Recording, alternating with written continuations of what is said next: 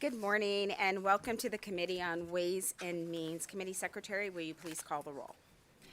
Assembly members Anderson, Backus, Brown May, Dickman, Hafen, Hibbets, Haudegi, Koenig, Muska, O'Neill, Torres Fawcett, Watts, Yeager, and Chair Monroe Moreno. And I am here. And the first thing I'd like to do is apologize for the delay to the start of our meeting. There seems to be, as you get closer to the end of session, something always happens. So I appreciate your patience. Thanks to everyone that's joining us here in Carson City and Las Vegas and those that are joining us by online. We will have public comment at the end of today's meeting. Our number is 888-475-4499. Our meeting ID for the day is 831-821-07710. Then please press pound. I will remind everyone, including members, to mute or turn off all of your electronic devices. We will be taking a recess to get to floor, and we'll be coming back. And members and those of you join us that have bills, we may be here until later tonight. It's at that time of session. And we'll come back at the call of the chair. We will be taking bills out of order. There's a number of bills that are from different agencies, and some agencies have 3 or 4 bills together. So I will take those bills all together and do the single agencies first. But our first order of business will be a BDR introduction, and I will remind members and those in the audience, oftentimes during hearings, you may hear something that you don't like. We will be respectful of each other at all times, and if we're not respectful, I'll ask that you be removed, and that even includes members, and they know that. So we play nice on this committee. So with that, we have our first order of business will be a BDR introduction, and it's BDR S-1203, and it makes appropriations to and authorizes the expenditure of money by the Office of the Military for certain projects, programs, equipment, and contractual costs. And members, I'll remind you that your vote on this BDR does not mean your vote in approval for this measure. It just gets the BDR in the bill process. So with that, I'll accept a motion. We have a motion from Assemblymember Backus, a second from Assemblymember Haudegi. Any discussion on the motion? Not seeing any. All in favor, please say aye. Aye. Any opposed? And the motion carries. One moment.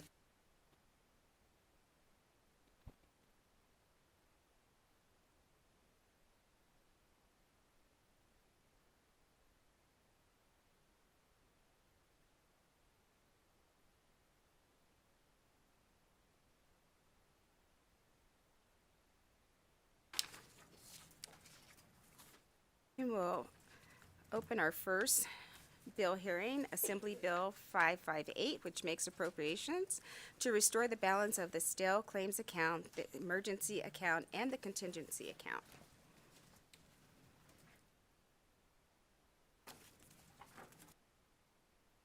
Good morning and welcome to Ways and Means again. Good morning, Madam Chair.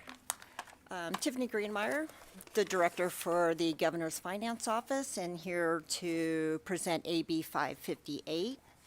AB 558 makes an appropriation to restore the balances of the stale claims account in the amount of $4,616,752, and also restores the balance of the emergency account in the sum of $17,000. And then the last restoration is the contingency account for $17,530,726. And with that, I'll stand for questions. Thank you. Members, any questions?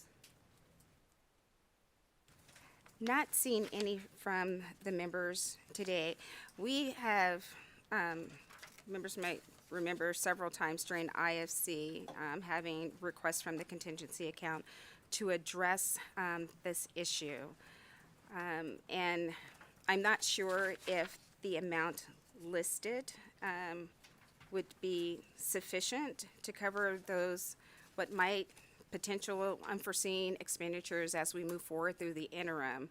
And based on what we've had to do in the past in the interim, it would be my suggestion that we add another 8.2 million to the IFC contingency account, just in case those issues arise from any legal or compliance-related matters. Any discussion on that? 8.2. All right. Seeing no other discussion on that and no other questions, thank you so much. And I hope that makes sense, that 8.2 million to you as the GFO. Tiffany Gridmeyer for the record, yes, it does. Thank you so much. Thank you for the presentation. I'll ask you to take a step back, and I'll invite to the table anyone that would like to testify in support of Assembly Bill 558. Not seeing anyone approach the table here in Carson City or in Las Vegas broadcast. Do we have anyone on the telephone that would like to testify in support of Assembly Bill 558? To testify in support of Assembly Bill 558, please press star 9 now to take your place in the queue. Chair, we have no callers for support. Thank you so much. Then we will move to opposition. Is there anyone that would like to provide testimony in opposition of Assembly Bill 558? Not seeing any here in Carson City or in Las Vegas. We'll go back to the phone line. Do we have anyone that would like to provide testimony in opposition of Assembly Bill 558? To testify in opposition to Assembly Bill 558, please press star 9 now to take your place in the queue. Chair, we have no callers to testify in opposition. Thank you so much. Then we will go to neutral. Is there anyone that would like to provide neutral testimony on Assembly Bill 558? Not seeing anyone here in Carson City or in Las Vegas. We'll go to the phone lines one last time. To testify in neutral to Assembly Bill 558, please press star 9 now to take your place in the queue. Chair, we have no callers for neutral. Thank you so much, and we'll ask the presenter if there's any closing remarks. Seeing none, we will close the hearing on Assembly Bill 558.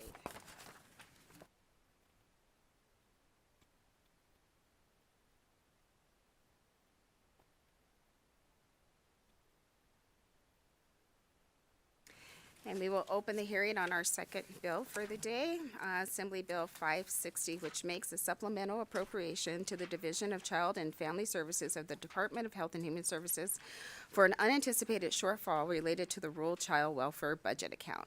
Good morning. That was a lot. Good morning, Madam Chair and committee members. My name is Kelsey McCann-Navarro, and I am the Administrative Services Officer for the Division of Child and Family Services. AB 560 requests a supplemental appropriation for the Rural Child Welfare Budget Account 3229 to address unanticipated shortfalls in the personnel, travel, transportation, and utility categories. A conceptual amendment was submitted on Friday, May 17th, that increases the supplemental appropriation from $413,325 to $444,325. This concludes my testimony, and I'm available to answer questions. Members, any questions? We had a number of supplemental shortfall bills on Friday. Do you have any questions on this one? And the amended amount from the $413,325 to the $444,325. All right, I am not seeing any questions from the committee. And thank you for presenting this one today. And the reason for this supplemental is the increase due to personnel expenses. Is that correct?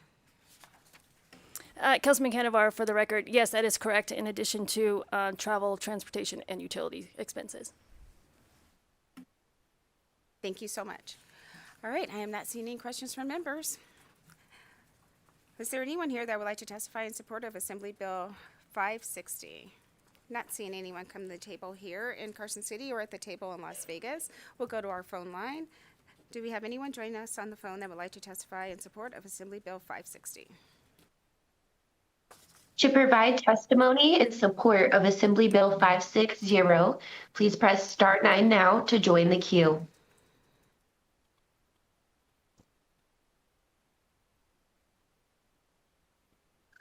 Chair, there is no testimony at this time. Thank you so much. Let's move to opposition. Is there anyone that would like to provide testimony in opposition of Assembly Bill 560?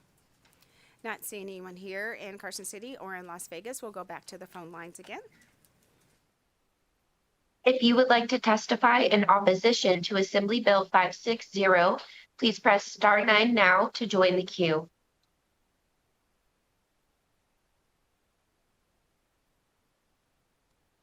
Chair, there are no callers choosing to testify at this time. Thank you so much. And then we'll move to neutral. Is there anyone that would like to provide neutral testimony on Assembly Bill 560? Not seeing anyone come to the table in Carson City or in Las Vegas. We'll go to the phone line for one last time. If you would like to testify in neutral for Assembly Bill 560, please press star 9 now to join the queue.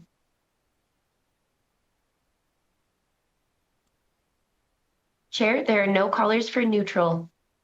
Thank you so much. We'll ask the presenter if there's any closing comments. And she's shaking her head no, so we will close the hearing on Assembly Bill 560. And we will open the hearing on Assembly Bill 562, which makes appropriations to the Office of the Secretary of State for costs associated with the voter registration and elections management system and connectivity of automatic voter registration agencies. Good morning. Good morning, Chair Monroe Moreno, members of the committee. Thank you for having us today. I'm Secretary of State Cisco Aguilar, and I'm joined in Las Vegas by Chief Deputy DeCara and in Carson City by Elections Deputy Volashin. Assembly Bill 562 is a request from the Office of the Secretary of State for one-shot funding to complete phases 2 and 3 of the Voter Registration Election Management Solution, or the VREMS project, that was first called for by Assembly Bill 321 of the 21 session. This system ensured Nevadans' elections were more transparent, secure, and accessible than ever before. For the first time, election offices across Nevada ran on the same software and used the same hardware, and the Secretary of State staff were able to provide direct support to the counties who were administering our 2024 election, which was a successful election because of the investment this legislature made in our processes. Phase 2, which consists of merging Clark and the state systems of the total vote system, is well underway, and a second successful mock election has just been completed earlier this month. Phase 3 contains several important improvements to the system, like an updated voter portal that would make it easier more than ever for voters to learn about the upcoming elections, update their information, and even complete important electoral tasks like curing their signature. The accessibility and data transparency of our elections can continue to grow, which will grow our democracy as a result. All this is only possible with your support and investment. As a result, I ask that you please support AB 562. Thank you for your time, and my team are available for any questions. Thank you very much. Members, any questions? Go ahead, and then I'll. Thank you, Chair, and I want to thank the Secretary of State for being in Vegas today. Could you just elaborate a little bit more on what the $26 million will be spent on to hopefully make things a little bit more efficient so we can hopefully get results quicker? Thank you.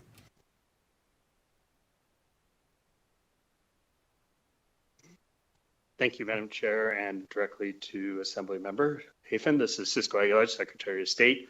The system builds in efficiencies from the voter experience. However, capacity is a different question. You know, the county clerks at the local level actually do the processing, the management of tabulation of the ballots. We are working with the counties, especially Clark and Washoe, to drive that urgency to get ballots processed. As you know, we were able to put out 90% of the ballots on election night. However, Clark County had 99% of the ballots on hand. There were 9% of those ballots that weren't able to be processed due to capacity issues. We did it because of this new system and the access to data in real time. We are able to identify that the 57,000 ballots received in ballot boxes at the polling location was the bottleneck. We are working with Clark County to make sure that is no longer the bottleneck. And we believe that the county can drive capacity up to 80,000 in the 2026 election. Having all of those transparency measures in this, because of a system like VREMS, we're able to identify these bottlenecks and move into a more efficient process. I'm Gabriel DeCara for the record. I can also provide just a quick breakdown for the committee per your question, Assemblymember Hafen. So approximately $10 million of this budget in Section 1 goes towards costs related to our vendor, the vendor of the VRM system, who has partnered with us in completing all of these developments, items in our contract, items to be added in phases, especially phase 3, including the voter portal, and then maintenance, hosting costs, et cetera, costs related to the mock elections. There is an additional $12 million in costs outside of those vendor costs that relate to $600,000 for mock elections, $2.6 million for IV and V services from our partner, Gardner, who has been instrumental in keeping this process on task. Again, this is a project that many other states have attempted to do in a less complicated fashion.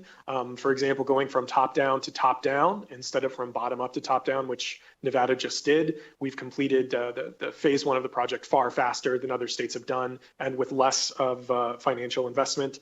And then $9 million in costs for our contractors, the people who work on the project, who are affiliated with the state and keep things running.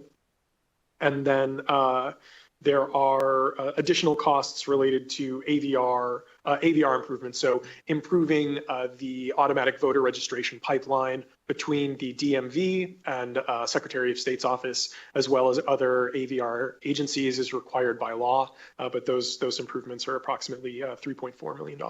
Thank you. Cisco Aguilar, Secretary of State. Just to clarify on that, the more efficient we can make these processes for the county clerks is more capacity they can move into processing and tabulation. So that's the goal, is to make their workload lighter so they can focus on the processing and tabulation. Follow up, Madam Chair.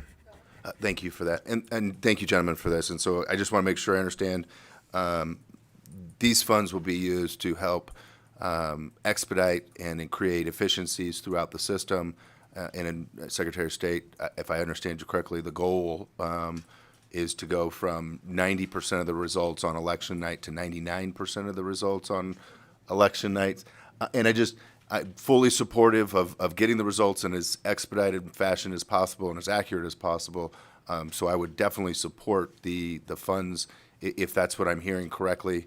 And so if that's accurate, thank you. If it's inaccurate, please correct me, because I think all of us here would like the results in a timely manner. And so we just want to make sure that we're using these funds to reach that goal. Thank you. Thank you. Assemblymember Bacchus. Thank you so much, Madam Chair, and thank you, Secretary of State Aguilar, for being present with us this morning.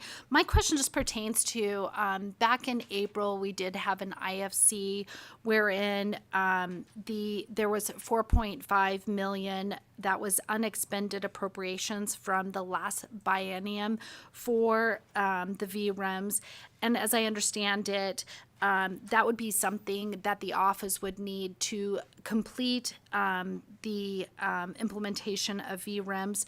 And so I take it, and I'm asking, is the $4.5 million taking this from $22,504,162 to $27,004,162? Would that be, I take it, a friendly amendment on your guys' part and what you would need to finish implementation of the VREMs? Thank you for the question, Assemblymember Bacchus. Gabriel DeCara, Chief Deputy Secretary of State, for the record. So that is correct, and I'm not to relitigate anything from the beginning of the session, the transition of the budget, et cetera. The answer to your question is yes. Originally, this request included an additional $4.5 million from the Secretary of State's office. That request was reduced by that $4.5 million when it made its way from GFO to LCB, with the understanding that we would be able to carry those funds over. Fortunately, it seems like that was part of the miscommunication relating to how the budget was built, and those funds could not be added back into this bill by LCB. Due to the fact that that was how they came over from GFO. I will say we absolutely could issue a conceptual amendment which would add those dollars back into this bill. However, understanding the very delicate fiscal position that the state is in, when we looked at the text of the bill, when we saw the amount, the secretary instructed myself and the team, Deputy Voloshin, all of our VRM's team members to sit down and figure out, could we still complete the project as designed with the funds that were given in the bill without asking for additional funds? At this time, we believe the answer to this question is yes. But if the legislature wanted to support adding those funds back in, we could absolutely issue a conceptual amendment. We just wanted to be respective of the state's budgeting priorities at this time. Thank you. That was a long way to say yes. So thank you for that, and thank you, Assemblymember Bacchus, for bringing that up. As we know, that 4.5 was reverted from the last biennium, and it would be the chairs and vice chairs motion when we bring this to work session that we would amend that amount into the bill for the work session. So you would not have to submit an amendment to us. If you're saying it would be a friendly amendment, we will be taking care of that on our side. Members, any other questions? Because we want to make sure that this IT program is finished in a timely manner, unlike so many others in the state, and for a lot less money. So, see no other questions? Thank you, all three of you, for being here today for the presentation. I'll ask you to step back, and we'll invite anyone to the table that would like to testify in support of Assembly Bill 562. Good morning. Good morning, Chair. For the record, Scott Gillis, Gilles, with the Griffin Company. Here today on behalf of the Center for Safe and Modern Elections, who supports this bill and would urge this committee's support on the bill to ensure sufficient and full investment in Nevada elections infrastructure. Thank you. Thank you. You can go ahead. Good morning, Chairman Moreno and committee members. For the record, my name is Emily Prasad Zamora, and that's spelled PERSAUD-ZAMORA.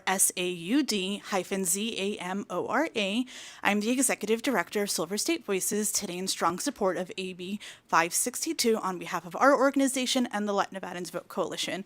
We've been in support of election reforms since the very beginning, when this particular system was created with AB 422, with the support of Assemblymember Watts, and we've seen how beneficial it has been for Nevada, and we think that proper funding is only going to make it better.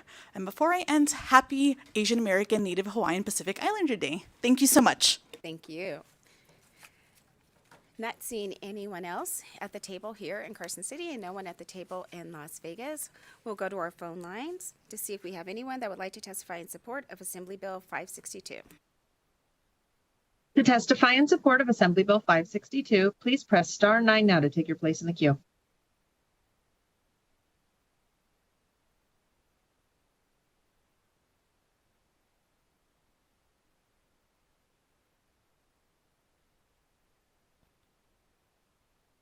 Good morning, Chair and committee members.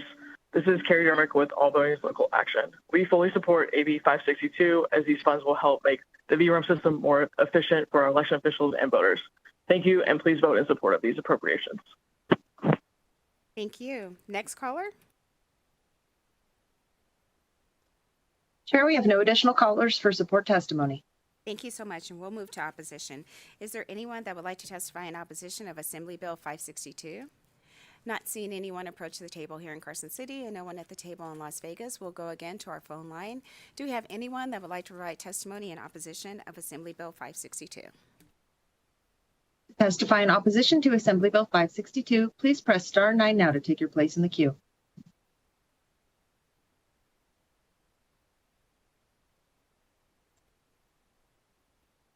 Good morning, Chair and members of the committee. My name is Kimberly Fergus. Thank you for allowing me to speak today. However, I am here to strongly oppose AB 562. In 2021, $30 million was allocated to the Secretary of State's office to develop the voter registration election management solution. As of July 24, only $8.9 million of that allocation was spent, with the remaining of $23.6 million allegedly tied up in contracts. Before considering another $26.74 million under AB 562, the legislature must demand accountability for the previously allocated funds. If these funds are tied up in vendor contracts, then the focus should be identifying the holdups, renegotiating those agreements, and ensuring taxpayers get what they already paid for, not throwing additional money at the project mirrored in delays. Additionally, if 562 seeks to implement voter registration kiosks at DMV offices under the guise of connectivity of automatic voter registration agencies, that is a blatant misrepresentation of this bill's intent. The language is very vague, yet the physical note is substantial. This is not a prudent use of taxpayer dollars, especially given that the centralized voting registration system was already funded. And I believe I heard the Secretary of State say this is phase 3. We need transparency and accountability and a clear explanation of these funds, how these funds will be spent, and further our appropriations are considered. Thank you. Please vote no. Have a nice day. Thank you so much. Next caller. Chair, we have no additional callers for opposition. Thank you for that. We'll move to neutral. Do we have anyone that would like to provide neutral testimony on Assembly Bill 562? Not seeing anyone at the table here in Carson City or in Las Vegas. We'll go back to the phone lines one last time to see if we have anyone that would like to provide neutral testimony on Assembly Bill 562. To testify neutral to Assembly Bill 562, please press star 9 now to take your place in the queue. Chair, we have no callers for neutral. Thank you so much. And I see the Secretary of State back at the table. Do you have any closing remarks? Thank you, Chair. Cisco Aguilar, Secretary of State. Just to clarify that VREMS is an important tool into the capacity question. There are other bills going through the process now. It also is heavily dependent on the participation of the local counties to ensure that we're doing the processing and tabulating in an efficient manner. So thank you. Appreciate your support. Thank you, and thank you so much for joining us today. And with that, we will close the hearing on Assembly Bill 562, and we will open the hearing on Assembly Bill 563, which makes an appropriation to the Office of the State Controller for the cost of certain consulting services. Good morning, and welcome to Ways.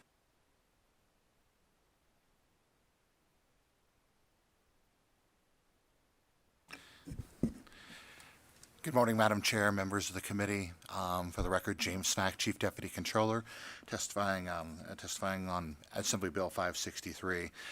This appropriation will allow us to continue with getting consulting services through through one of the large accounting firms to assist us in preparing some of the more complex parts of the ACFR. This would include the GASB 87 and 96 statements, as well as some of our more complex note preparation. This will also provide us an opportunity to work with different agencies within the state to do some additional training to help them to become more proficient in the work that they're providing to our office. A lot of the work that our office does at this point in time, and a lot of the reason for many of the delays that we have in the financial reporting, has been we've been having to chase after a lot of different work to try and get better quality answers and better quality information. And a lot of times our accountants end up doing a lot of the work themselves as opposed to being able to get that accurate work from the departments. And what we're hoping to do is use part of this contract money to do some of the training, to train people within the departments to get us more accurate work in the first place and help us to, in our overall global effort to get our financial reporting back on track. I'm going to stop there at this point in time, Madam Chair, and see if you have any questions at this point. The only question, and by contracting with this vendor, the 1.1 million keeps us on the timeline to get through and hopefully get Core MV completed on time.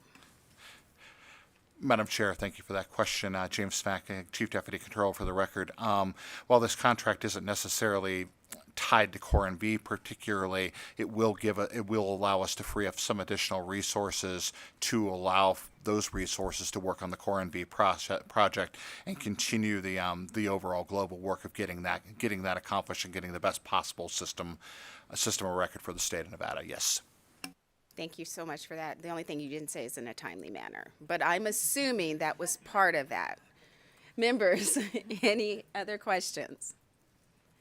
Not seeing any. Thank you so much for being here, and we will invite to the table anyone that would like to testify in support of Assembly Bill 563. Not seeing anyone come to the table here in Carson City and no one at the table in Las Vegas. We'll go to our phone lines to see if we have anyone that would like to provide testimony in support of Assembly Bill 563. If you would like to testify in support of Assembly Bill 563, please press star 9 to join the queue.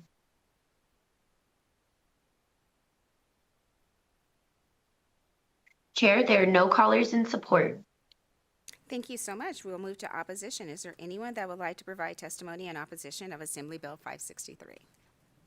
Not seeing anyone here at the table in Carson City or in Las Vegas, we'll go again to the phone line to see if we have anyone that would like to provide testimony in opposition of Assembly Bill 563. If you would like to testify in opposition to Assembly Bill 563, please press star 9 to join the queue.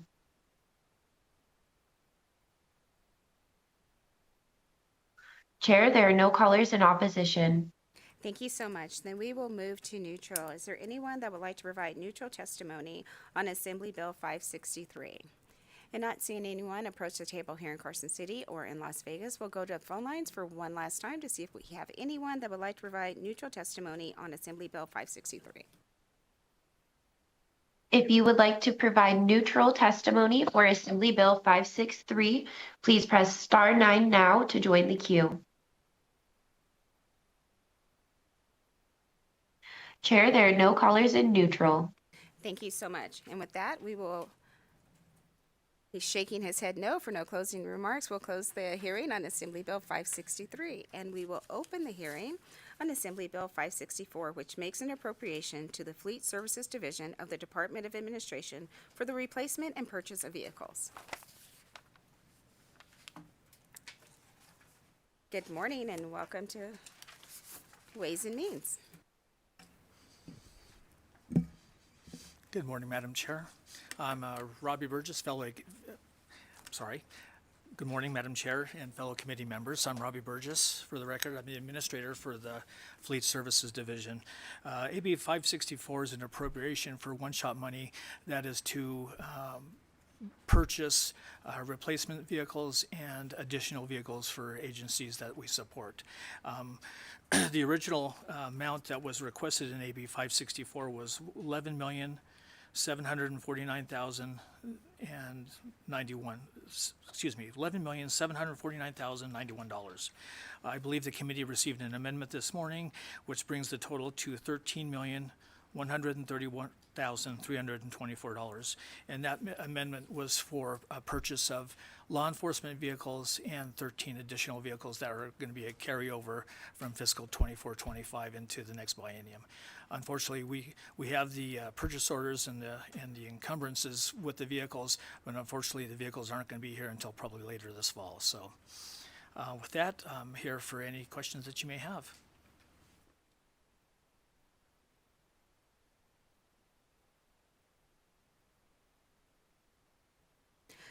Assemblymember Backus. Thank you so much, Madam Chair, and thank you for highlighting the amendment for the increase amount that you are seeking. My question for you is I noticed that there was an increase in what had been planned in the last biennium to, even though those funds are being sought to carry over, that would have normally reverted because the orders had already been placed. Do you anticipate any cost increase, or the amount that you're seeking today pretty much locked in for the purchase price? I'm just thinking if there was any additional add-on equipment that may be being imported that would have a tariff or something like that. I was just kind of making sure that the number is going to be what's in the amendment. Once again, Robbie Burgess for the Fleet Service Division, and I appreciate that question. Wow, tariffs are kind of an unknown at this point. The dust really hasn't settled with that. So with these costs, we don't anticipate any type of extreme cost increases, in the future. So, but with that said, we should be able to use the money that's appropriated to purchase the vehicles that we need for our outside agencies. Thank you for that. So you believe that this amended amount is enough to cover any unforeseen, unanticipated, but it could happen, increases. This would be the right dollar amount, the one we have before us today, the $13 million. Thank you, Madam Chair. Robbie Burgess for the record. And did you want the long answer or just the quick yes? A quick yes will be great. Yes. I think the people behind you would love a quick yes. Yes. And then my final question, do you have an anticipated date for the arrival for those vehicles that were actually purchased during the last or ordered during the last biennium that we haven't received yet? Do you have an anticipated time frame on the arrival date for those? Madam Chair, Robbie Burgess for the record. We're expecting these, it's approximately 13 vans, and we're expected probably late fall, September, October. Just in time for my birthday. Perfect. Members, any other questions? Not seeing any. Thank you so much, and thank you for the amendment. Thank you. We'll invite anyone to the table that'd like to testify in support of Assembly Bill 564. Not seeing anyone come to the table here in Carson City or at the table in Las Vegas, we'll go to our phone line to see if we have anyone on the phone that would like to testify in support of Assembly Bill 564. To testify in support of Assembly Bill 564, please press star 9 now to take your place in the queue.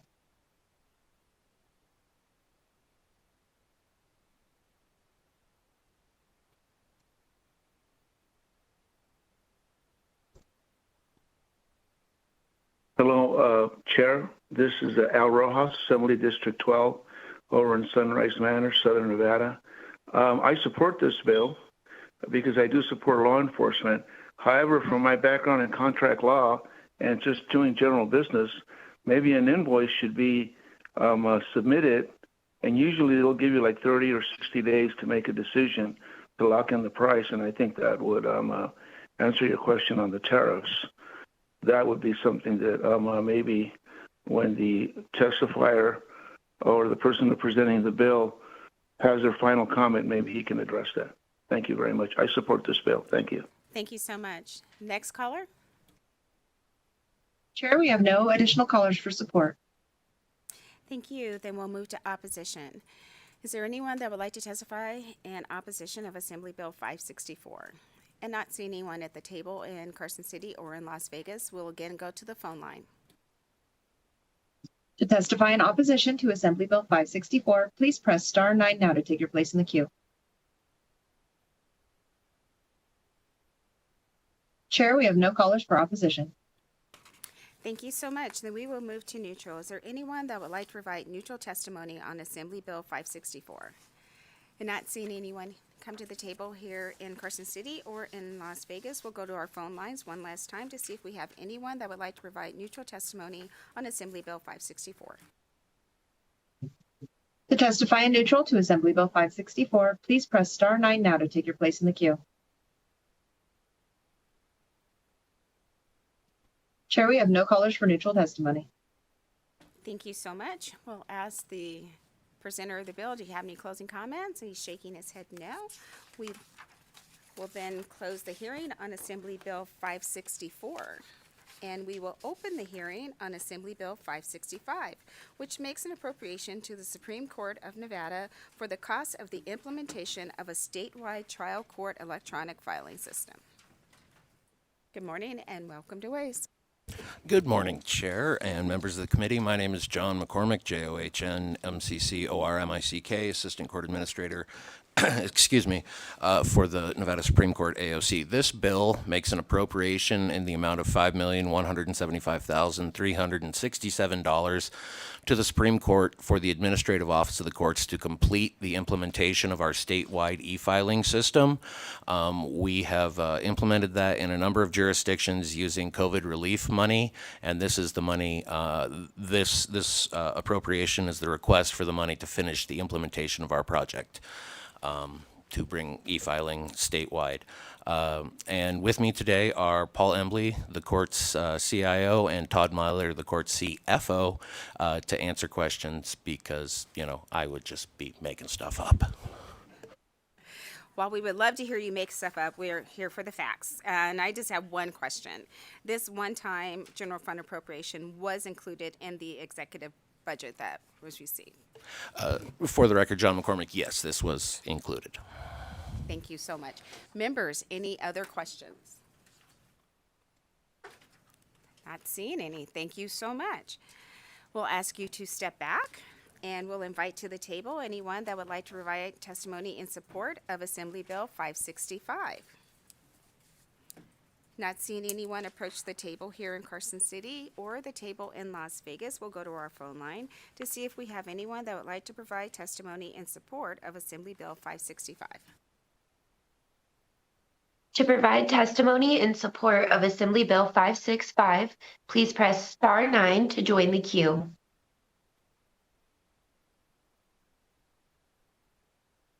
Chair, there are no callers in support. Thank you so much. We'll move to opposition.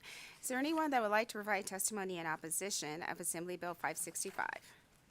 Not seeing anyone. Oh. Okay.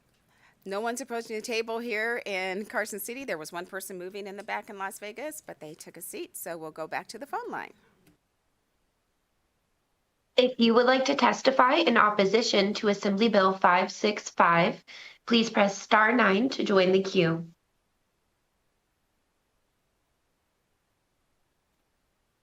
Chair, there are no callers in opposition. Thank you so much. Then we will move to neutral. Is there anyone that would like to provide neutral testimony for Assembly Bill 565? I invite you to the tables. And not seeing anyone approach the table in Las Vegas or in Carson City, we'll go to the phone line one last time to see if we have any callers that would like to provide testimony in neutral on Assembly Bill 565. If you would like to testify in neutral for AB 565, please press star 9 now to join the queue.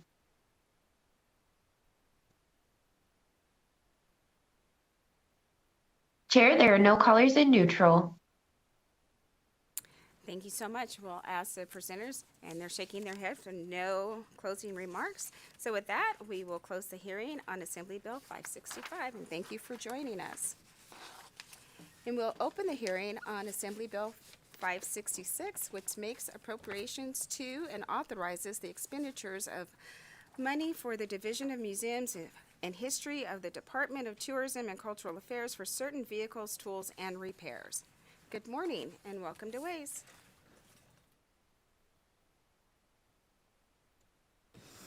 Good morning, Chair, members of the committee. I am Daphne DeLeon, D-E-L-E-O-N. I am the Museum Director at the Nevada State Railroad Museum, Carson City. AB 562 asks for an appropriation to provide funding to the Division of Museums and History to replace various vehicles, purchase tools for locomotive maintenance and repairs at both the Nevada State Railroad Museum, Boulder City, and the Nevada State Railroad Museum, Carson City. And I'm available for any questions. Thank you so much for being here. So Assembly Bill 566 would appropriate $34,487 of general funds, and that one would be for Boulder City, and then additionally, $41,294,000 for the Railroad Museum in Carson City, and both would also have transfers of room tax revenue, correct? Daphne DeLeon, for the record, you are correct. Members, any other questions? All right, not seeing any. Thank you so much. We'll invite to the table anyone that would like to provide testimony in support of Assembly Bill 566. And not seeing any here in Carson City or in Las Vegas, we'll go to our phone line. Do we have anyone joining us by phone that would like to provide testimony in support of Assembly Bill 566? To testify in support of Assembly Bill 566, please press star 9 now to take your place in the queue. Chair, we have no callers for support. Thank you so much. We will move to opposition. Do we have anyone that would like to provide testimony in opposition of Assembly Bill 566? And not seeing anyone approach the table in Carson City or in Las Vegas, we'll again go to the phone line to see if we have anyone that would like to provide testimony in opposition of AB 566. To testify in opposition to Assembly Bill 566, please press star 9 now to take your place in the queue. Chair, we have no callers in opposition. Thank you so much. And we'll move to neutral. Is there anyone that would like to provide neutral testimony on Assembly Bill 566? Not seeing anyone approach the table in Carson City or in Las Vegas, we'll go one last time to our phone line. To testify in neutral to Assembly Bill 566, please press star 9 now to take your place in the queue. Chair, we have no callers for neutral. Thank you so much. We'll ask the presenter, and she's shaking her head with no closing comments. And with that, we will close the hearing on Assembly Bill 566. And we will open the hearing on Assembly Bill 567, which makes an appropriation to the Nevada System of Higher Education for safety and security equipment and enhancements. Good morning and welcome to Ways. Good morning. Good morning, Chair Monroe-Moreno, Vice Chair Backus, and members of the committee. For the record, I'm Patricia Charlton, Chancellor of the Nevada System of Higher Education. I'm here today to present Assembly Bill 567, which appropriates a one-time allocation of $11 million from the State General Fund to enhance safety and security efforts across our NSHE institutions across the state.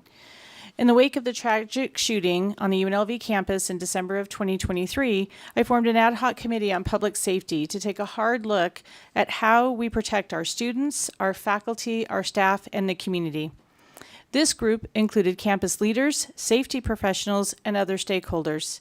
It conducted a thorough assessment and delivered a series of actionable recommendations to improve campus safety and security. While our overall request for safety and security needs was more substantial, we appreciate the governor's decision to submit this one-shot appropriation as part of a budget amendment. This funding, while partial, will still be very helpful in allowing our campuses to make meaningful progress on urgent system-wide needs. We have already made progress with some improvements being implemented using existing institutional resources, but many needs remain unmet across our system. AB 567 provides a much-needed one-time investment to support system-wide implementation of the recommendations and ensure that every NSHE campus, regardless of their size or their location, can strengthen its safety infrastructure and be better prepared to prevent, respond to, and recover from emergencies. I respectfully urge your support of AB 567, and I am joined by NSHE CFO Chris Fatone and representatives from University Police Services, both North and South, here both in Carson City and Las Vegas, and we stand ready to answer any questions that you might have. Thank you. Thank you so much. I just have a few questions, and I'm going to go to Assemblymember Backus first, and then Assemblymember Hibbets, and if they don't ask the question that I have, we'll come back to me. Thank you so much, Madam Chair. Thank you so much, Chancellor, for being here. Just a quick question for you is, and also thank you for putting together the task force to look at ways that improvements could be made to enhance security at our higher education institutes. My question is I know that the Board of Regents had put in a request for, I think it was $38.2 million, and $11 million ended up into the governor's recommendation. My question for you is, I don't know if the task force has already started to put a list of priorities together, but my question is, do you know what the $11 million could cover, and also like what institution those funds could be used at for such security enhancements?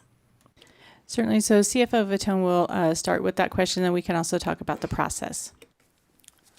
Thank you for the question, Chris Vitone, NC CFO. We have a list of infrastructure and technology improvements that are identified by the institutions for implementation. So it's things such as locking mechanisms, improvements or expansion of video surveillance, video camera systems, and several other building improvements that would improve safety. Those are distributed across the system, and there's a lot of common projects.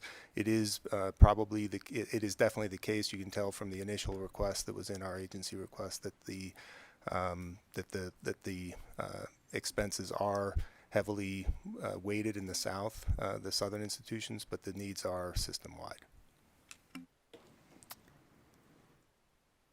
And Vice Chair Backus, for the record again, Patty Charlton. And so our process would be recognizing that this is only a portion of the funds that we requested. Is that ad hoc task force actually has morphed into a Chancellor's Public Safety Council, and it is co-chaired by both of the two chiefs of police, both North and South. And so the process would be to facilitate the prioritization based on high needs and most impactful that we can do in the timing that we have, and prioritize those, bring it through the Council of Presidents, and ultimately to the board and back to this body as information. Thank you. Madam Chair, may I have a follow-up? With it, it sounds like the list for that 11 million will be new projects. Was there any consideration of utilizing this requested funds for reimbursement of work that may have already been performed? For the record, Patricia Charlton. And so thank you for that question. All of our institutions have made investments in safety and security as part of their regular annual investments in campus maintenance and improvements. And so if approved, we do not expect that these funds will be used for reimbursement because the need is still so great to even ensure that our campuses are safe for all. Thank you. Assemblymember Hibbets. Thank you, Chair. I keep hearing in this presentation all of your institutions and, NC-wide and things like that. So I'm asking you here now clearly, this money will go towards campuses and institutions not only named UNLV and UNR. For the record, Patricia Charlton, Chancellor, Nevada System of Higher Education. That is correct. Thank you so much. And Assemblymember Backus did ask my question, but I appreciate the question from Assemblymember Hibbets as well. I know that safety and security is important to you for every single one of our campuses throughout the state, and thank you for that. Members, any other questions? All right, not seeing any. Thank you so much. I'll ask you to take a step back, and we will invite to the table anyone that would like to provide testimony in support of Assembly Bill 567.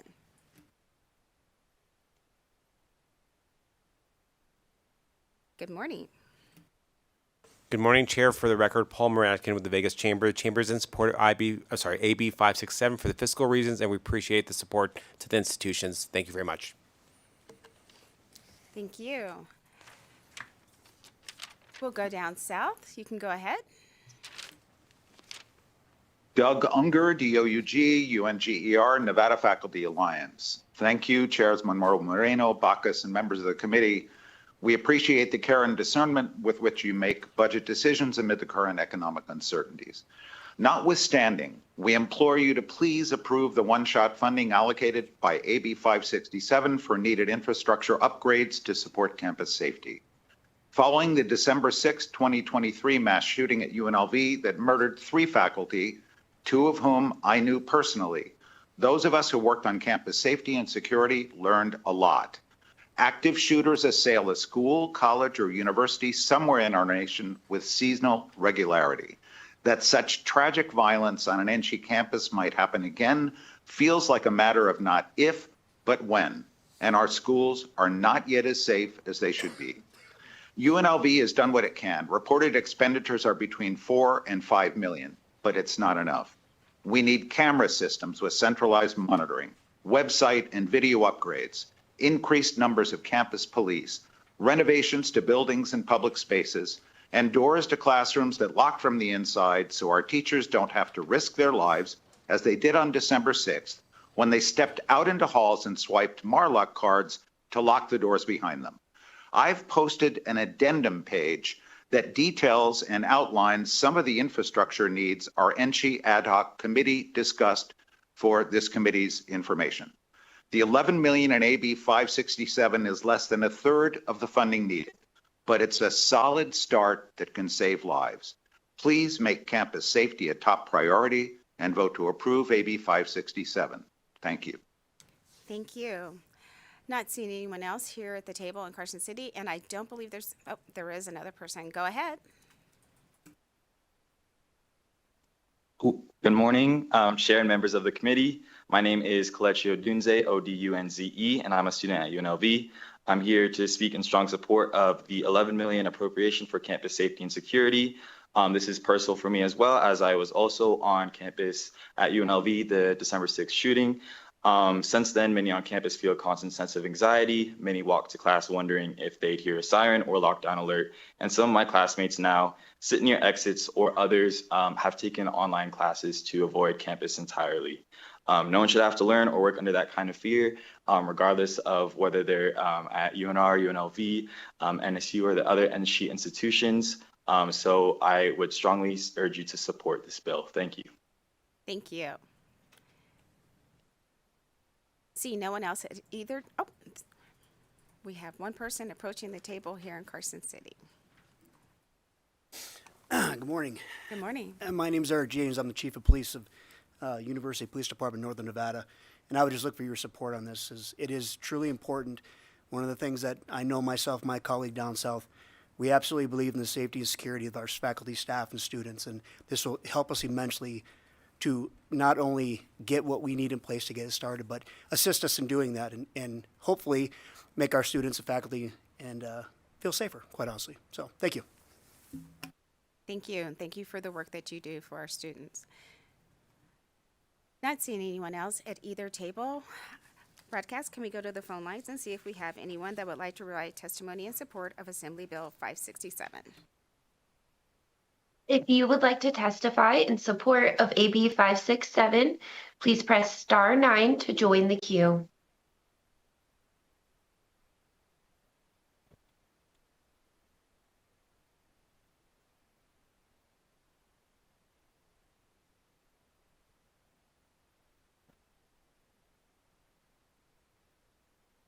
Caller ending in 712, please press *6 to unmute yourself and begin when ready.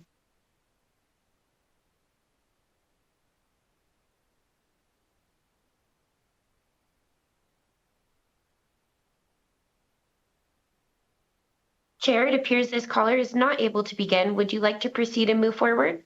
Yes, please.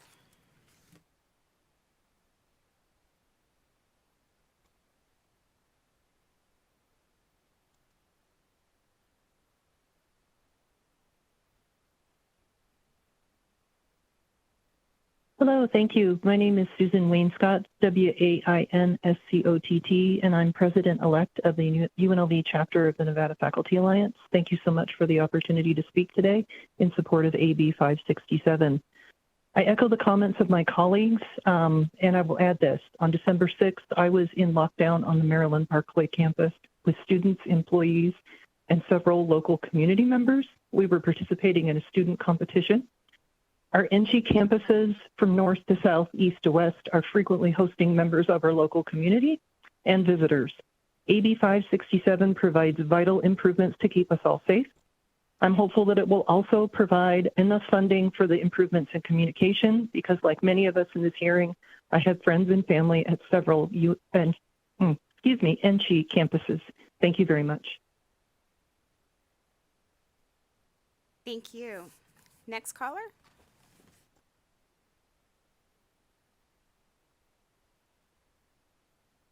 Good morning, Chair and members of the committee. My name is Kevin Osorio Hernandez. That is OSORIO-HERNANDEZ. And I am the immediate past chair of the Nevada Student Alliance, where I had the honor of representing over 110,000 students across the Nevada system of higher education. And I also served on the Chancellor's Ad Hoc Safety Committee. One of the legislative priorities that the Nevada Student Alliance formally adopted during my term was improving safety and security across our system. Following the tragic events of December 6th at UNLV, the Nevada Student Alliance also unanimously passed a resolution urging action to prioritize student safety. I'm here today in strong support of Assembly Bill 567 because this bill directly aligns with the concerns and needs that students across Nevada have voiced. Investments in safety infrastructure are not just preventative, they are essential to fostering environments where students, faculty, and staff can learn, teach, and thrive without fear. Thank you for your time and consideration, and I urge your support. Thank you. Thank you. Next caller.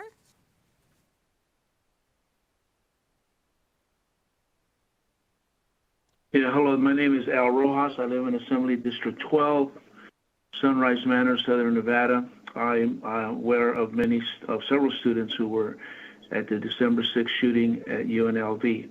I'm part of a countywide neighborhood watch program. We deal with a lot of conflicts, a lot of businesses, bringing safety and education, bringing safety to our schools is important. Everybody deserves a safe place to live, to work, to shop, and to get an education. Our kids they're afraid to go to school, just like one of the other kids testified. I strongly support this bill. Safety is number one, and our higher education are some of our brightest minds here in the state of Nevada, and we have to protect them. Thank you. I support this bill. Thank you.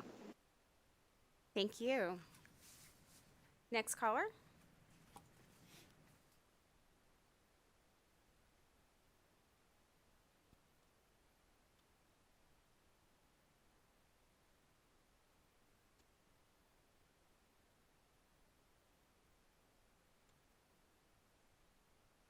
Chair, there is no additional testimony at this time.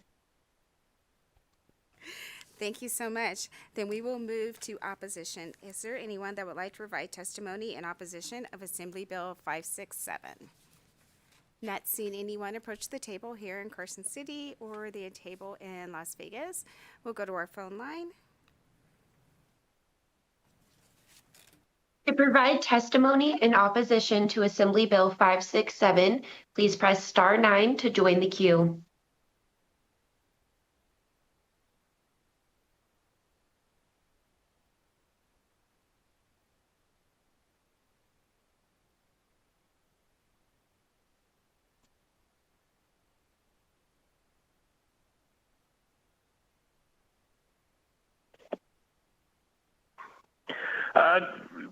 Dr. Bill Robinson, apparently I can't work my phone. I'm actually in favor. Dr. Bill Robinson, RBI and SON, past chair, UNLV Faculty Senate. Dr. Robinson, we'll go ahead. That's my building. Yes. We will go ahead and move your testimony to support. Go ahead. Cool. Thanks. That is my building. I was fortunately off campus having lunch right then, but those were my friends. And I have dozens of other friends who had to walk down blood trails to exit that building, to walk past their deceased colleagues who were still in their offices or on the ground that day. And I constantly hear from my colleagues, what are we going to do to try to make sure this does not happen again? The $11 million is a start, but there were no cameras in the building. UPD was there immediately and had to wait to enter to figure out where this guy was. Lives could have been saved if the technology was in place. Another shot was fired in the student union that day. That created another round of confusion and lockdowns. And again, without the technology, without the infrastructure, we can't deal effectively with this. And we just heard the lesson of Florida State where they didn't make improvements after their shooting 10 years ago, and they go through it again where they can't figure out the right answer because they don't have the technology in place. The doors didn't lock. The app didn't work. We need to get serious about this and this bill. And remember that last thing I'll say, when UNLV was being locked down, all the police from all over the Vegas Valley left and went to UNLV. Nevada State was uncovered. CSN, all its campuses were uncovered. If the same thing happened in the north, the same thing would happen to those institutions. It's got to be system-wide, it's got to be statewide, and it's got to be enough. Thank you. Thank you. We're going to go back to opposition. We have anyone joining us that would like to testify on the phone line in opposition?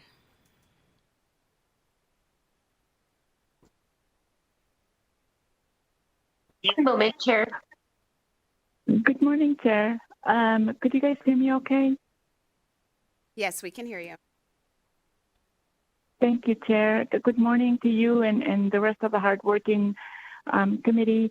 This is Dora Martinez, Chair, and I apologize. I was trying to raise my hand when I was supporting.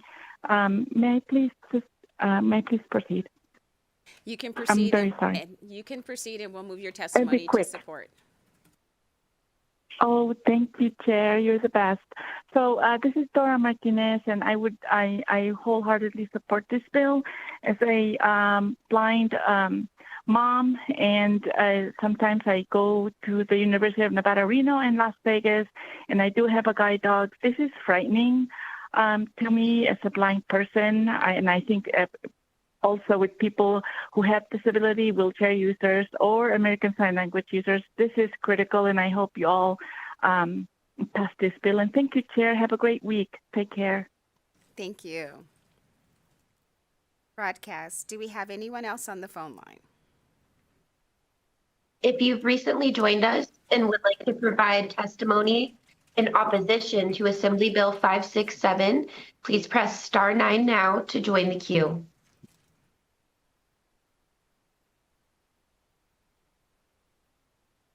Chair, there is no testimony in opposition. Thank you so much. Then we will move to neutral. Is there anyone that would like to provide neutral testimony on Assembly Bill 567? Not seeing anyone approach the table here in Carson City or in Las Vegas. We will go to the phone line one last time to see if we have anyone to testify in the neutral position. If you would like to testify in neutral for Assembly Bill 567, please press *9 now to join the queue.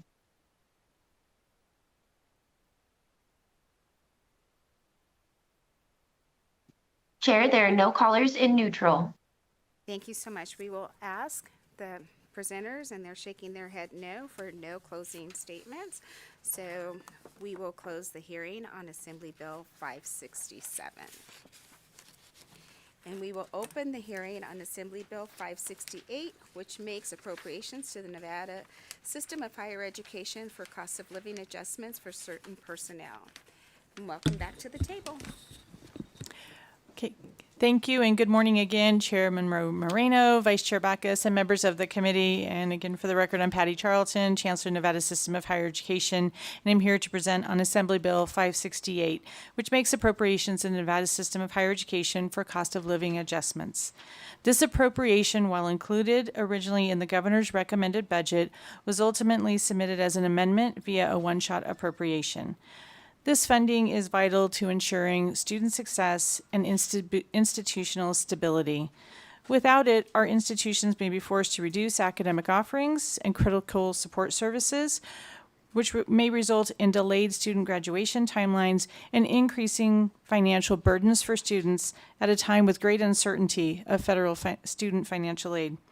And she is not asking for a change in policy and funding. This appropriation helps to preserve quality, access, and equity in Nevada's higher education system. I respectfully urge your support of AB 568, and I'm happy to answer any questions. And again, I'm joined with Vice Chancellor and Chief Financial Officer Vatone from the Nevada System of Higher Education.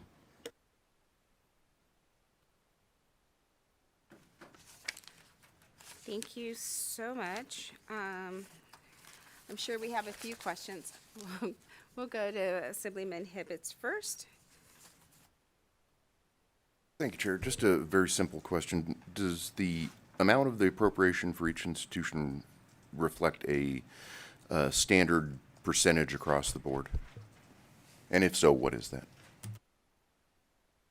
Thank you. Chris Fatone, Chief Financial Officer for the system. Thanks for the question. The The amounts were determined in order to bring the level of funding for the salary adjustments up to 80% for each of the budget accounts.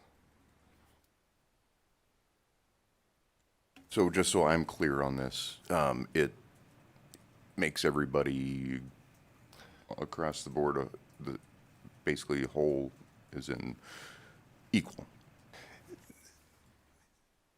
The request is, yes, it makes the accounts consistent across those accounts. It's actually not making the whole request whole. There is still a portion of the salary adjustments that the system still covers after this request.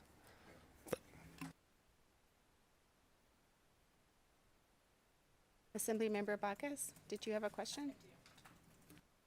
Thank you so much, Madam Chair. And I actually have two questions. And I feel like we may have had this discussion earlier on in session, but I'm circling back because obviously the intention of COLAs is increase in pay, which tends to be an ongoing expenditure. So my question for you all is this amount that's being sought, and I think it's the $57.5 million, intended to just be a one-time, or is it intended to be an ongoing cost? So for the record, Patricia Charlton, Chancellor, Nevada System of Higher Education. Thank you for that question, Vice Chair Bacchus. This is an ongoing cost. These are expenditures that have been realized in FY24 and in FY25. Then, Madam Chair, if I may have a follow-up. My next question is, and just looking back at, because obviously we're sitting in a situation with this ongoing costs, looking at a structural deficit of weighing what our revenues are in our state financial obligations. When I look back at what we were able to do for the NSHE budget, and I know we had to make some cuts than what was being requested, but looking at that chart, that was one of our exhibits to the closing documents. It showed that we were able to provide a 13.1% increase from the last biennium. And so my question is it at all possible that 216.6, actually $0.7 million could provide for the COLAs, if that is at all possible? Thanks, Chris Vitone again for the system, and thank you for that question.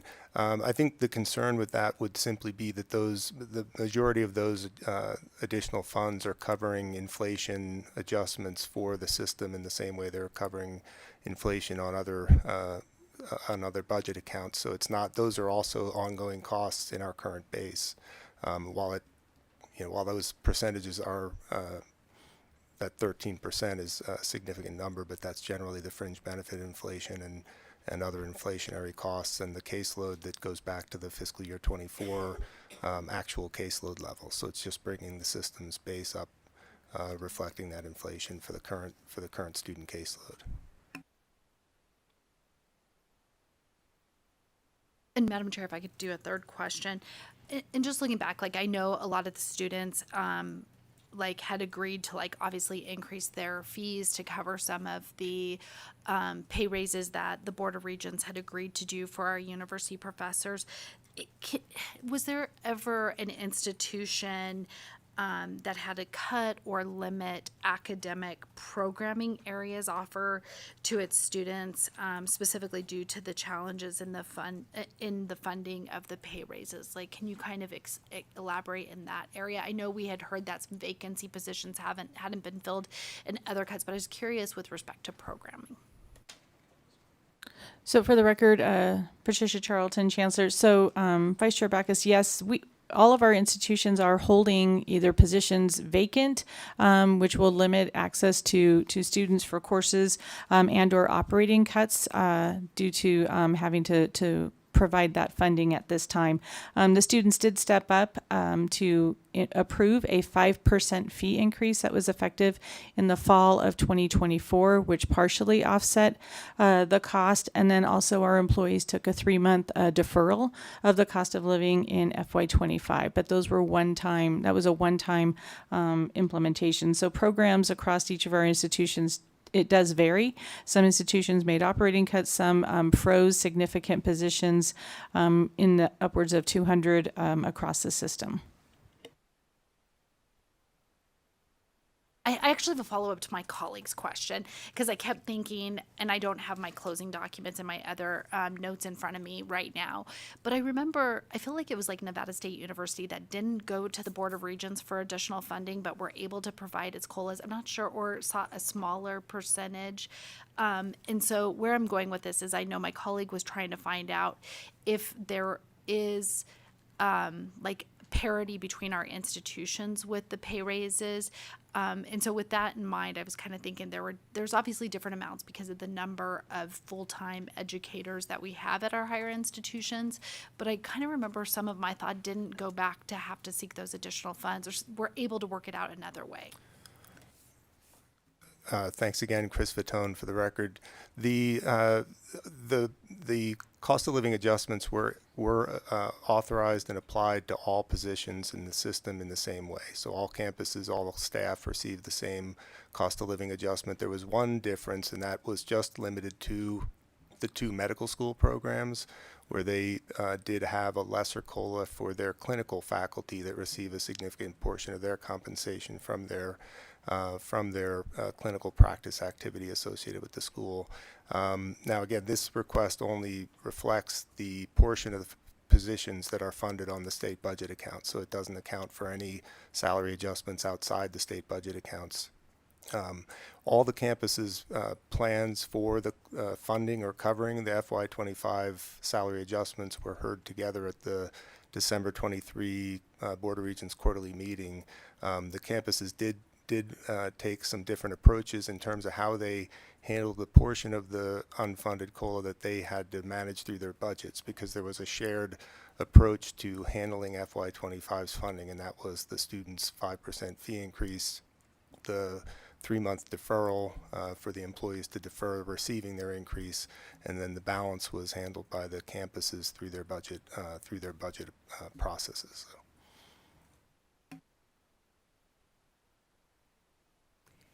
Members, any other questions? Chair Backus had asked the question I had about the structural deficit that members will have to have a serious conversation about this bill as we go into work session and what our options are here. Not seeing any other questions from members from the committee, I will ask you to step back and call to the table anyone that would like to provide testimony in support of Assembly Bill 568.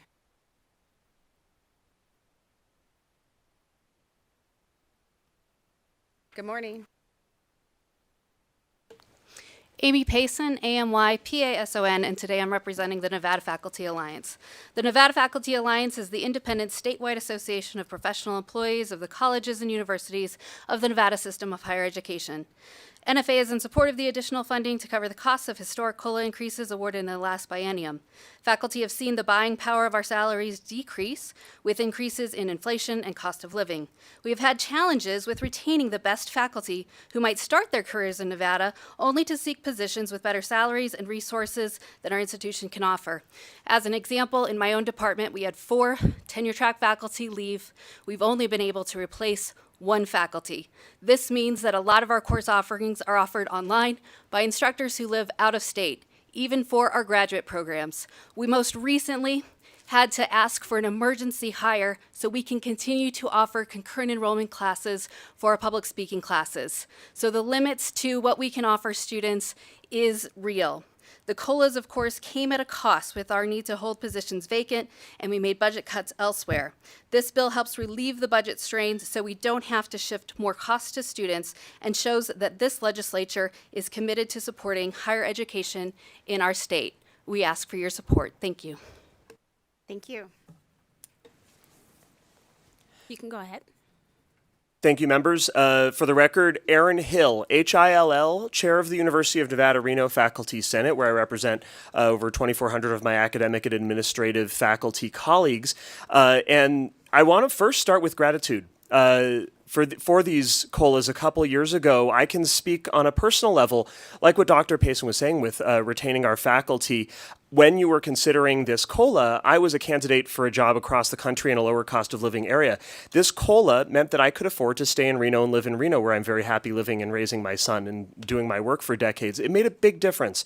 But what we've also seen with over 100 positions frozen, as the chancellor described, when a position is held vacant, in my own department, that will typically mean about 5 courses a year. Something else has to happen. This could mean a course isn't offered. It could mean dependence on adjunct teaching, which can be excellent, but is an unstable and frankly unfair, often underpaid basis for some of our colleagues to engage in, and often we lose them fairly quickly when they're able to find work elsewhere. So as the chancellor described, this can delay graduation rates, threaten program offerings. I know in my own department, one of my areas was teetering for quite a while, and we're finally now able to replace some of these very important positions. Workloads change, and as workloads change, that's time taken away from our important research contributions that we make.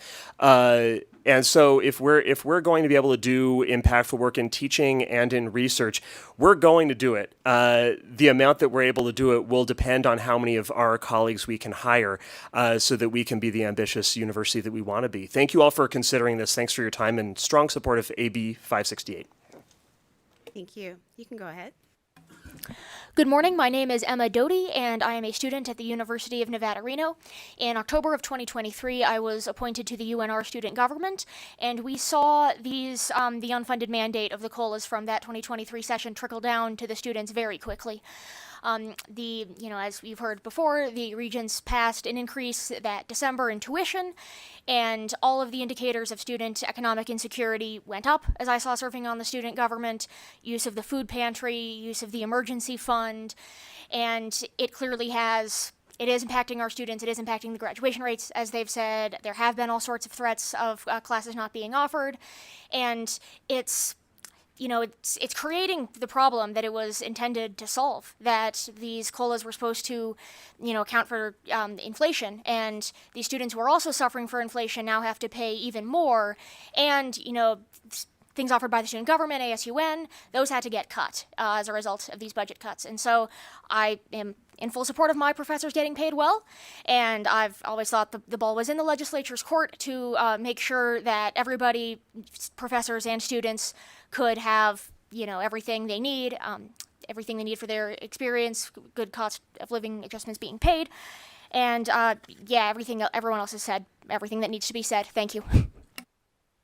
Thank you. Go ahead. Kent Irvin, KENTERVN for the Nevada Faculty Alliance. I wanted to ditto the previous comments, but just addressed a few of the technical questions that were raised regarding the increase in overall funding for NSHE. Of course, we greatly appreciate that. The biennium over biennium number seems large, but if you look at FY26 versus FY25, after including the COLAs that were state funded, and after including one-shots like the nursing training expansion and enrollment recovery funds for institutions where enrollments have recovered from the pandemic, that percentage is much lower and lower than regular inflation.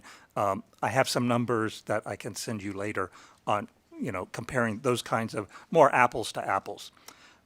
Regarding the differential cost at different institutions, that's because there are different ratios of state versus student funding depending on student type or student body and institution type.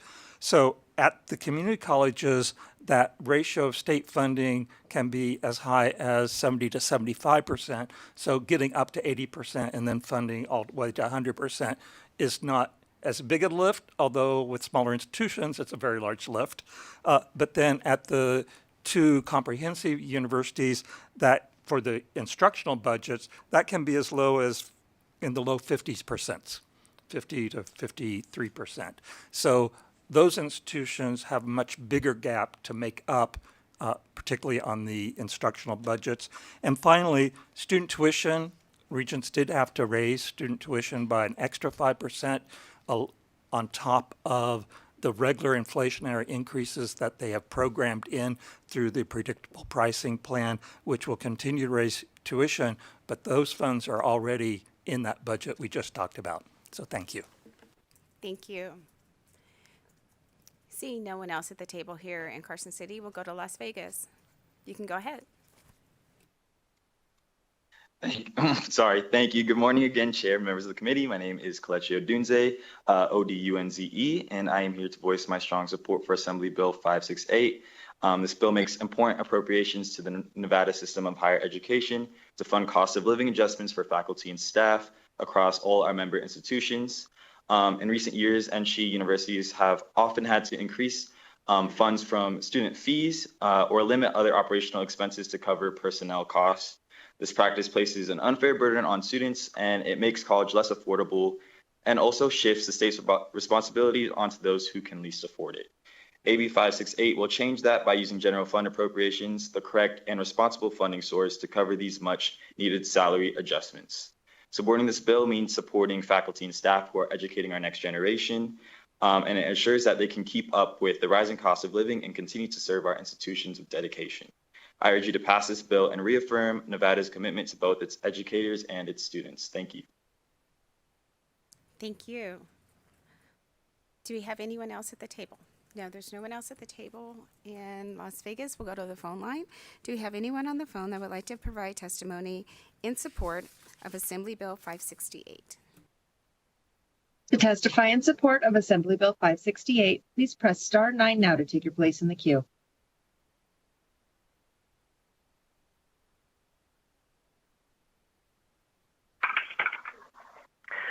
Good morning again, legislators. Dr. Bill Robinson, immediate past chair, UNLV Faculty Senate. We represent the 3,000 faculty at UNLV. I'm an econ professor. I testified on taxes to the legislature for the first time in 1981. The fee increases, the salary increases, all this stuff is a terrible burden on everybody we put it on, and we understand that. But let's be clear about some things. The legislature for decades gave the NC 19.5% of the state budget. We're looking at 14% now in this current budget. It's a huge cut.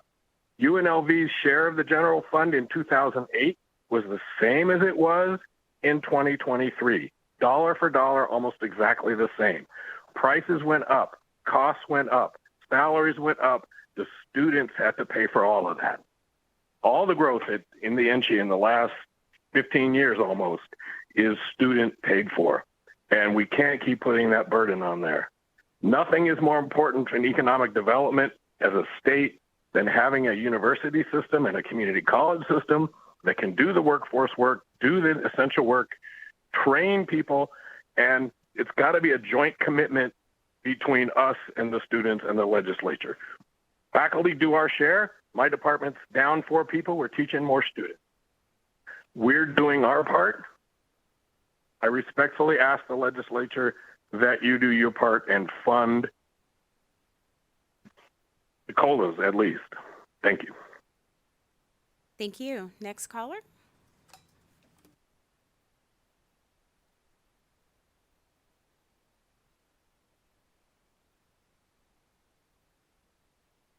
Caller with the last 3 digits, 590, please press star 6 to unmute.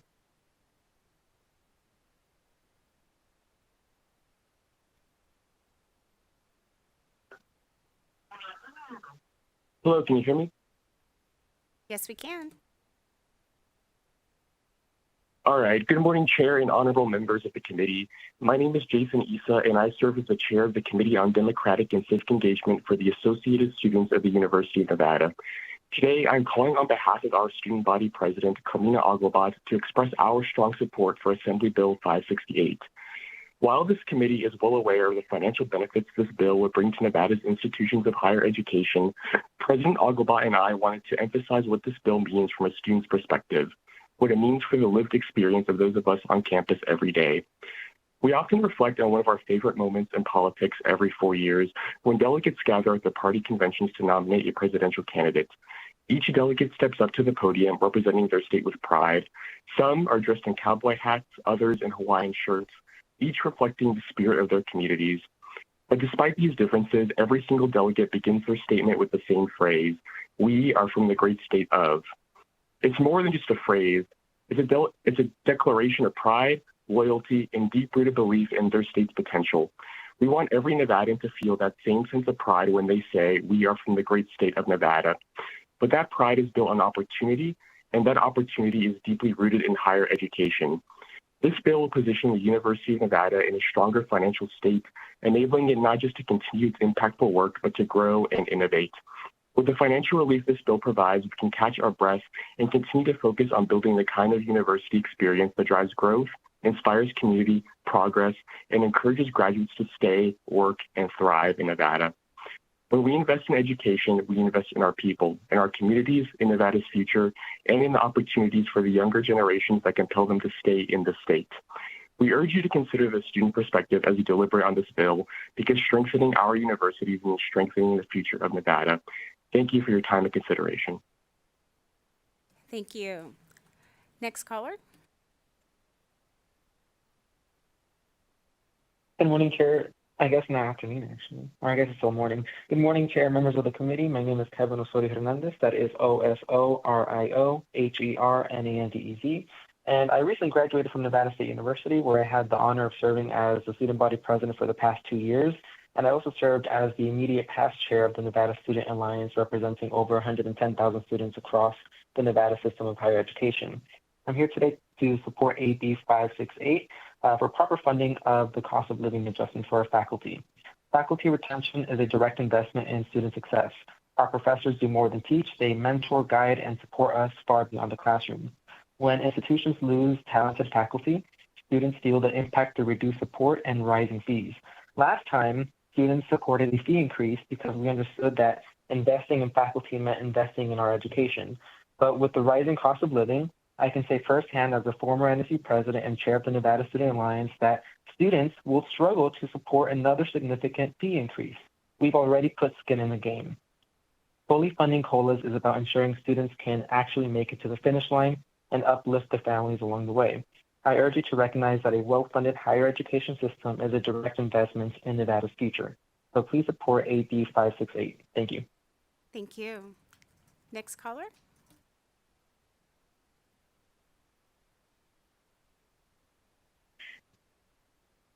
Hello, can you guys hear me?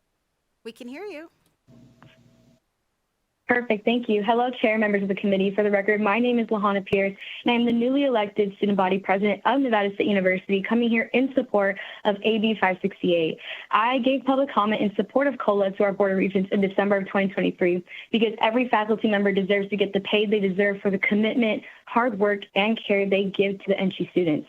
We've already lost talented educators to other states and industries because they simply couldn't afford to stay. And those who remain are stretched thin, juggling multiple roles just to keep departments running. This isn't sustainable for them or for us as students. Our classrooms, programs, and student experiences suffer when faculty are forced to make impossible choices between passion and survival.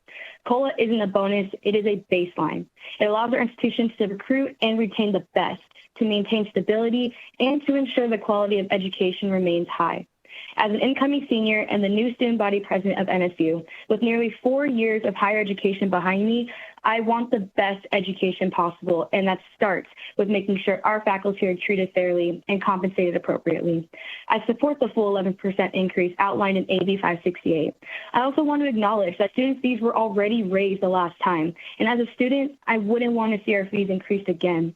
So I urge the full funding of COLAs because investing in our educators directly shaped our futures. We need a long-term solution that doesn't put that burden solely on students. Passing AB 568 sends a clear message that we're serious about that future. Please stand with students, stand with faculty, and fully fund the cost of living adjustment. Thank you for your time and consideration. Thank you. Broadcast, do we have any other callers? Sure, we have no additional callers in support. Thank you so much. Then we will move to opposition. If there's anyone that would like to provide testimony in opposition of Assembly Bill 568, I invite you to the table. Not seeing anyone come to the table in Carson City or in Las Vegas, we'll go back to the phone line. Do we have anyone joining us that would like to provide testimony in opposition of Assembly Bill 568? Testify in opposition to Assembly Bill 568, please press star 9 now to take your place in the queue.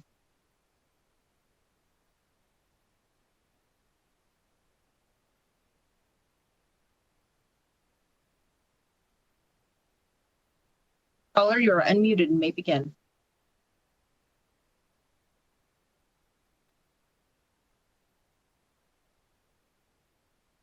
Caller, you are unmuted on our end. Is your phone muted? Hello, can you hear me now? Yes, we can.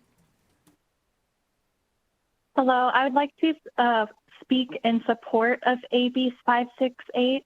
I had trouble with my mic earlier. We will move your testimony to support. Go ahead. Thank you so much. For the record, my name is Luisa Bautista. That's Luisa Bautista. I currently serve as the Chair of Public Relations for Nevada State University, as well as a member of the Task Force of Power-Based Violence for NC. I'm calling in to speak in support of the proposed 11% cost of living adjustment for our faculty. In today's economic climate, everyone is feeling the pressure of rising costs in rent, food, and everyday living. As a student, I experience these challenges myself. And if our faculty can't even afford to live near the campuses they serve, or if they're forced to leave for better paying jobs elsewhere, we, the students, lose more than just teachers. We lose our lifelong mentors, role models, and the quality education we deserve. As an incoming sophomore college student at Nevada State University, I've realized how valuable my relationships with my professors and staff members are. They don't just teach subjects we'll forget after finals. They teach lifelong skills, provide support, and make students like me feel seen and heard every time I walk into class. And by choosing 11%, we send a clear message that we truly recognize, support, and honor the undeniable worth of our educators and role models. And as a student, I fully support and will continue to that message. Thank you for your time. Have a wonderful day. Thank you. Broadcast. Chair, we have no additional for opposition. Thank you so much. Then we will move to neutral. Is there anyone that would like to provide neutral testimony on Assembly Bill 568? Not seeing anyone here at the table in Carson City or at the table in Las Vegas. Broadcast, do we have anyone joining us on the phone line that would like to provide neutral testimony on Assembly Bill 568? To testify in neutral to Assembly Bill 568, please press star 9 now to take your place in the queue. Chair, we have no callers for neutral. Thank you so much.